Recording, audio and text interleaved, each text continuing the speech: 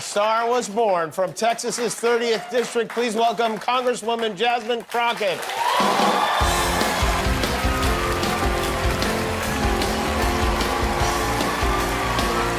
The night began like any other taping of The Late Show with David Letterman. Bright lights, a buzzing audience, and a band playing upbeat tunes. But when Congresswoman Jasmine Crockett walked onto that stage in a navy blue suit that gleamed like calm steel, something in the air shifted. Known for her fearless honesty and sharp wit, she wasn't there for drama. She came to talk about policy, community, and the growing disconnect between Washington and everyday people. I am excited. I am excellent. I am believing in the power of the people and their resilience on tonight. Yet from the moment she sat across from Letterman, it was clear this would be no ordinary interview. Letterman opened with a grin that carried his trademark mischief. "You've become quite the headline lately," he said. "Some say you're outspoken. Others say maybe too outspoken." Jasmine smiled, unshaken. "Outspoken or honest," she replied. "Depends on who's listening." The crowd reacted with nervous laughter, but the air thickened. Letterman pressed on. "Some think your tone is a little aggressive. Is that fair?" Jasmine didn't flinch. "It's interesting," she said, "how when a man raises his voice, he's passionate. When a woman does it, she's aggressive. When a black woman does it, it becomes a national debate." If you tend to be maybe a little bit darker, it's so refreshing to see the people pushing back. And so while the president plays with AI videos and decides to dump poop on the people have decided that they're going to poop all over him. The audience clapped, slow but growing stronger. Letterman tried to laugh it off, but his grip on the conversation was already slipping. As the back and forth continued, Jasmine remained calm yet firm, every word slicing through the performance of late-night politeness. When he asked if she enjoyed tension in politics, she said, "I enjoy progress, even if it makes people uncomfortable." When he questioned whether her directness might hurt her career, she smiled. "You mean telling the truth? If honesty hurts me, then the system's broken."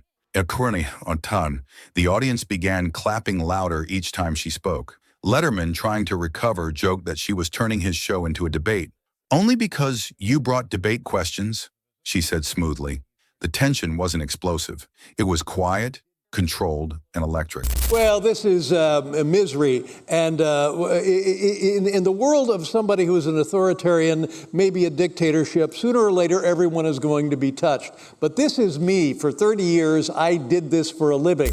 Letterman leaned in again, suggesting that maybe she was too divisive. "People call things divisive," she said evenly, "when they don't want to face what's actually being divided." The audience erupted in applause. He tried to suggest diplomacy was better than confrontation. "Depends who you're trying to help," Jasmine replied. "Being polite doesn't fix what's broken." The conversation had shifted completely. The power on stage no longer belonged to the host. When Letterman asked if she could be passionate yet agreeable, Jasmine's calm reply cut deep. "If I were agreeable every time someone wanted me quiet, I wouldn't be sitting here."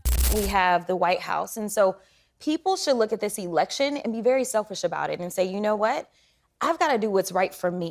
The audience gasped, then clapped again. He joked nervously that things were getting serious, and she answered simply, "You ask serious questions." Every exchange left him off balance, his charm failing to contain the truth unfolding before millions. Trying to regain footing, Letterman asked if her passion blinded her to other perspectives. "No," she said.